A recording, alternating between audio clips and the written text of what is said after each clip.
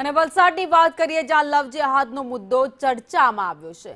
મુસ્લિમ યુવકે ઓળખ છુપાવી હતી તો મુસ્લિમ યુવકે હિન્દુ યુવતી સાથે મિત્રતા કરી હતી।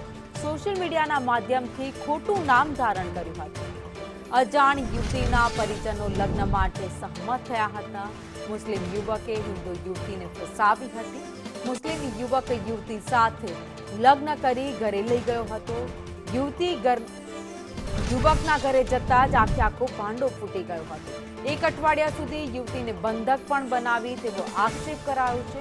યુવક યુવતીના ઘરે પહોંચતા જ મામલો બહાર આવ્યો હતો। પોલીસે કોઈ કાર્યવાહી નહીં કરતા હિન્દુ સંગઠનોમાં અત્યારે આક્રોશ જોવા મળી રહ્યો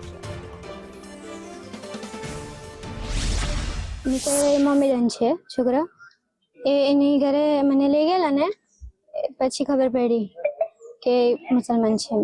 એ ઘરમાંથી મને બહાર નહીં નીકળવા દેતો ને કોઈ સાથે વાતચીત નહીં કરવા દે। ફોન ને બધું લઈ પાડેલું એટલે મને મોકો નહીં મળ્યો ઘરે વાત કરવાની। પછી આજુબાજુમાં કોઈ આવા ત્યાં ભાઈ ફરે ને તો તેનીમાંથી મેં ફોન કરેલો પપ્પા લોકોને। પછી ભાઈને બોલાવ્યો લેવા સારું। પછી ભાઈ આવેલા ને ભાઈને મારેલો છોકરાએ। અમને એક માહિતી મળી કે વલસાડ વિસ્તારના અંદર એક લવ જેહાદનો કેસ આવેલો હતો। એ પરિવારને અમે કાલે રૂબરૂ મળવા ગયેલા। જ્યારે એ ઘટના અમે જ્યારે જાણકારી મળી એ લવ જેહાદ કેસ એક અતુલનો વિધર્મી અમારી આદિવાસી ભોળીભાઈ દીકરીને જૂઠું નામ રાખીને એક ફેક આઈડી બનાવી એ આઈડીના આધાર પર એને હાથે ચીટિંગ કરી ને લોભ લાલચ આપીને લગ્નનું લાલચ આપીને અને બ્લેકમેલ કરી।